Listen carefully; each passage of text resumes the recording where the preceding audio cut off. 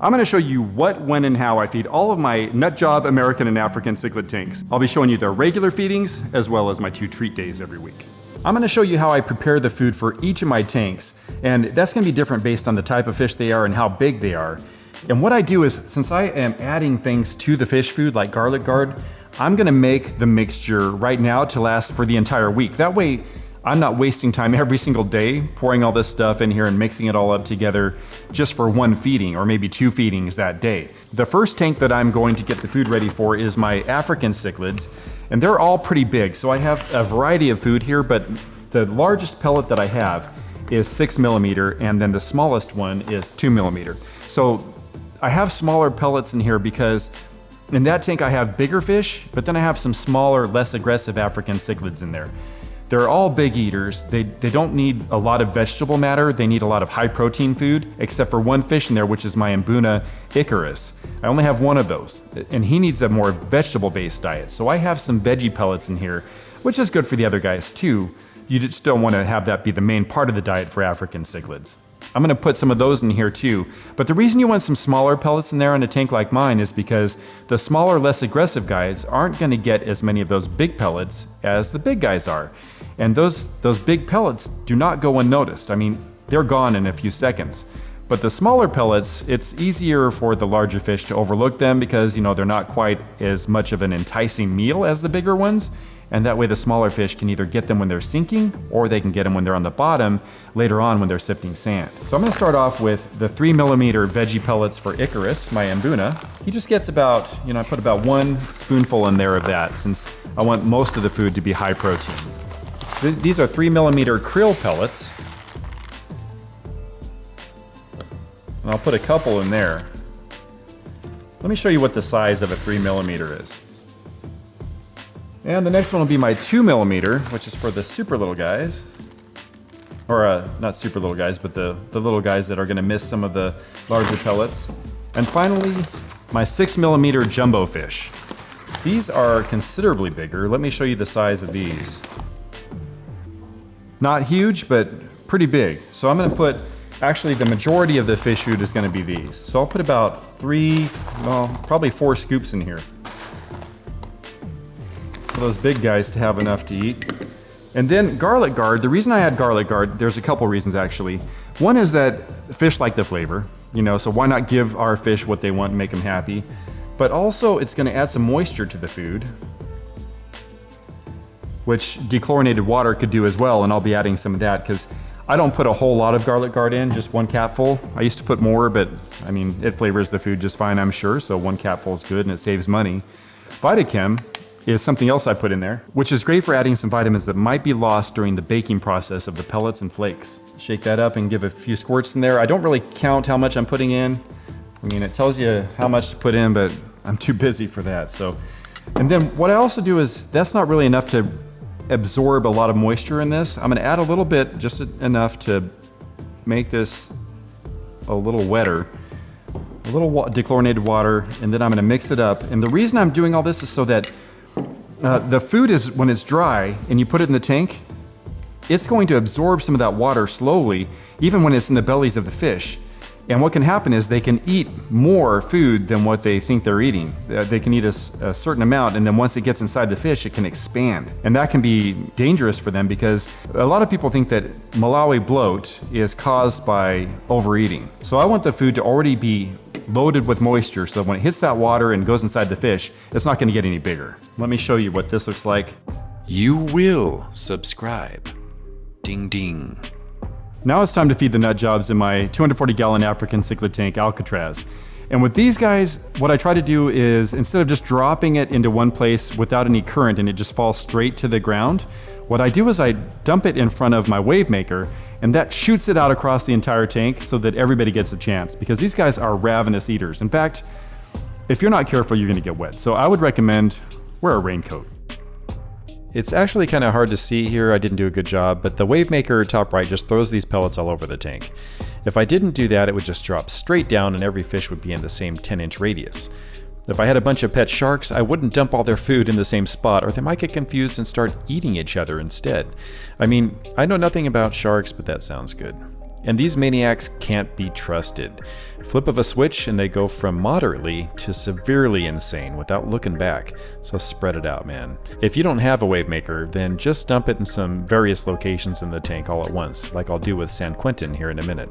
Here, I'll drop some more food in so you can get a better view of the feeding frenzy. Remember I was telling you that the binders and fillers are way down on the list in Northfin foods? They also don't have any soy, rice bran, wheat middlings, potatoes, or terrestrial fillers or proteins you might find in other foods. And that is good news for your fish. My African haps are just about as active as my red-headed tapajos, which you'll see in my 180 gallon in a minute.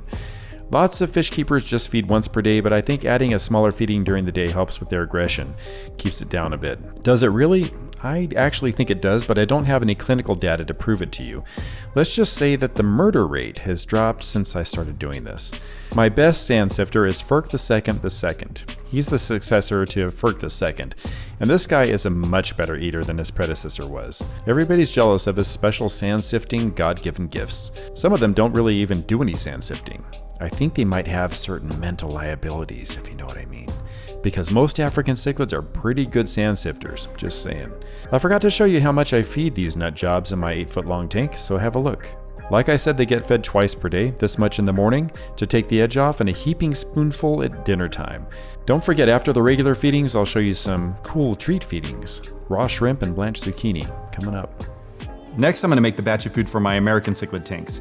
I have a 180 and then my 435 gallon American cichlid tank, San Quentin, and they're both going to get pretty much the same thing because I have some somewhat bigger fish in there. I mean, they're not that big, around 3.5 to 4 inches or so, but I also have some smaller fish in each tank. And all they're going to get is some 2 millimeter cichlid food,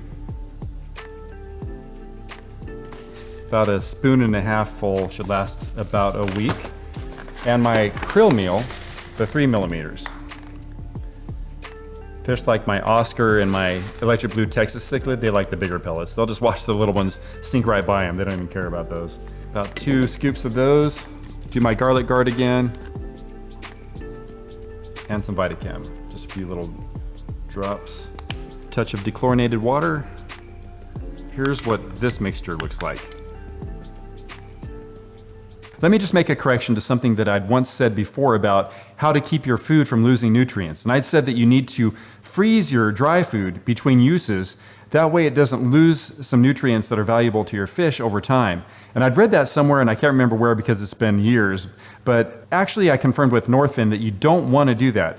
If you freeze your food in between uses, when you take it out and then put it back in the freezer, you can get condensation on your food, which is going to actually make your fish food lose those nutrients, and you don't want to do that. So just keep your food in a cool, dry place, and you should be absolutely fine. All right, let's feed these guys. Since these guys are just juvies, they don't need a ton of food, this much in the morning and the same amount at night. They get fed twice because they're juvies, power feeding for a faster growth rate. I need me some big fish. This is a 10-foot long tank, so I just open up the lids and drop some in multiple locations so everyone can get some. The electric blue Texas, the Salvini, and the wild Colombian Oscar are the most aggressive eaters. My mouth brooding Severum is the least aggressive eater. You practically have to put the food in his mouth and work his jaw for him. Timid little fella. I guess I would be too if I had to eat with a bunch of Charles Mansons who demanded all the food, even mine. May I have a piece, Mr. Manson? If you're under 40, you probably don't even know who that is. Look him up. They do love the food though. I think one reason it's so good and tasty is because they're made from a family-owned company with 33 years of experience in the human and pet food industries, and 40 years in the aquarium hobby. Yeah, they're fish weirdos at Northfin, just like you and me. So I have this small chocolate cichlid who's always looking up at the water surface, like he's waiting for a bird to swoop down and make off with him. I initially wondered if he might suffer from a damaged air bladder, but other people's chocolate cichlids look like this too, I found out, always looking up. So I recently discovered that these fish were designed to eat insects that land at the water surface. So even though he's very unlikely to find a bug in my tank, he's still looking for one. So he has a distinct advantage over the other guys when the food doesn't sink right away. My Oscar's name is Miguel, and he's growing like a monster as I expected. This food is going to help with that. He'll be the largest fish in here in no time. This is my 180-gallon American cichlid tank. I don't have to worry so much about aggression in here. They get a once per day feeding in the evening, and I just drop it in a few places along one half of the 6-foot long tank. Everyone goes after it, but the red-headed tapajos are definitely the most aggressive eaters. And they leave no piece of sand unturned as they sift it, kind of like how Ferk the second does. Really good sifters, those Geophagus. And I have a Jurapari who is also a Geophagus like the tapajos, but he's more of a gentleman and eats like one too, very slowly. As they're eating these delicious pellets, let me tell you just a tad about how they're created, because it's really amazing. Northfin uses a low steam extrusion process to make their premium product line. Their double screw steam extrusion process is a gentle form of pelletizing, which doesn't degrade or destroy most of the nutrients and vitamins like some of the other companies do. Northfin's process helps to keep more of the nutrients and vitamins intact in the final product, which is what we want. What I'm trying to say is that my fish actually eat better than I do, and I eat pretty well most of the time. Oh, by the way, if you're in North Idaho in the next few weeks, maybe you can have my angels. Just stop on by. What's Idaho, you ask? Oh, never mind. Now to feed my 75-gallon Mbuna tank. This is the only Mbuna tank that I have, and these guys get more of a vegetation-rich diet, so they don't have a lot of animal protein in their food. And in case you don't know, Mbuna are African cichlids. They're just a different type of African cichlid from the ones that I have in my 240-gallon tank. These guys like lots of places to hide, lots of caves, and they're also generally more aggressive than the African cichlids that I have in my 240-gallon tank. Once per day feedings in my 75-gallon Mbuna tank. I try to get it so the current from the filter returns spread out the pellets evenly to the left and right sides, using my ingenious method of feeding, like with the WAVEMAKERS, so that everyone gets some. These fish are decent eaters too. Funny thing is that when it isn't dinner time, they're usually inside their caves, watching TV and drinking beer. But once 5 p.m. hits, they know I'm coming with a spoonful of pelletized delight. Sunshine in a bag. Leave a comment if you know what song that's from. Actually, I think it might be a drug reference, so maybe I should scratch that. Oh, what the hell. Leave a comment if you know what song it's from. After they eat, they'll slowly retreat to their caves and chat about what just happened with the missus. Except these guys are all bachelors actually, so they'll just be talking to no one. No one at all, just a bunch of lonely boys with no women to call their own. If you want to know why there aren't any ladies in here, then check out the video in the upper right corner, where I set up this tank several months ago. You'll have to excuse how hideous this 55-gallon tank looks. Just a Growout tank, it doesn't need to be fancy. Ignore the background too, please, it's really bad. The room it's in is actually really crowded too, so I couldn't even fit my lighting gear into this room. So crowded with stuff. So you don't have to look at my face during this segment though, so a little break for your eyeballs. Oh, and speaking of eyeballs, look at my True Parrot's huge ones. Red eyes. One of the coolest fish I own. I have 3 African cichlid females in there with him, but feeding them is boring, so I'm skipping that for this video. Just watch me feed Buck. That's the True Parrot's name. Watch me feed him by hand. At least the first pellet anyway. He gets 4 of these 10mm Northfin Pellets. Feeding by hand is one of the best experiences you can have with your fish, unless they get so big that they can actually draw blood. Don't want to do this with a black nasty once they get big. One of the meanest fish around, those black nasties. But look how cute this guy is. He'll be going into San Quentin once the size discrepancy between him and the others is a little less threatening to the smaller guys in there. Keep him from becoming a snack. Do not attempt to adjust your screen. What you're not seeing right now is my 23-gallon tank, home to eel Longoria, my 6 to 8 inch tire track eel. See, she only comes out at night, nocturnal, but when the lights go off, she comes out. So let's turn on the studio lights and see if we can find her. Oh, she's kind of hard to see, but she's right here tucked into these rocks. During the daylight hours, I've scoured every inch of this tank, even under the sand, and I have no idea where the hell she is. Okay, I'll hold her favorite food, which happens to be maggots, right in front of her face and see if she takes it. Come on, little lady. Take the bait. Give it a nibble. Oh, she got it! And scared the hell out of me as well. Feeding her is kind of like winding up a jack-in-the-box. I have a few other fish in here waiting to go into San Quentin with eel Longoria, but I just feed them a few pellets usually, and it's not even worth recording for you. It's so freaking boring.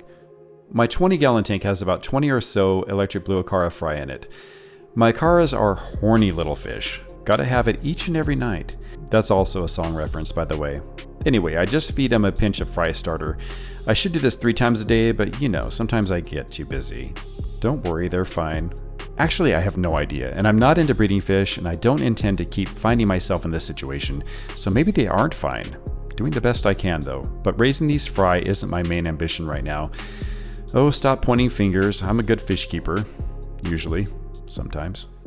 This is delicious frozen raw shrimp from Costco. This video is getting a tad long, so I'm just going to show you the feeding of the inmates of Alcatraz, and watch them go at it. Shrimp is actually gross, but the fish love it. They really don't need to have a treat like this, but they do love it, and it's good for them. We really do like to pamper our fish, don't we? Yes, we do. But don't overdo this. I mean, about once a week is plenty. Too much super high protein meals like this can cause issues like bloat, so just leave it as an occasional perk to being one of the fish who find themselves in your care. Look at this gluttonous fiend. There's no way he eats this whole thing. One of the Manson family cichlids is definitely going to come and snatch at least part of it from him. Unfortunately, I'll be skipping the zucchini tonight because, like I said, this is turning out to be one long-ass video. But honestly, the zucchini might have been a little lackluster compared with the shrimp. Just kidding. It would have been absolutely amazing. We'll have to save it for next time. Let me know in the comments what, when, and how you feed all your fish. Like and subscribe if you want to get future updates on all my tanks. And for now, that's a wrap.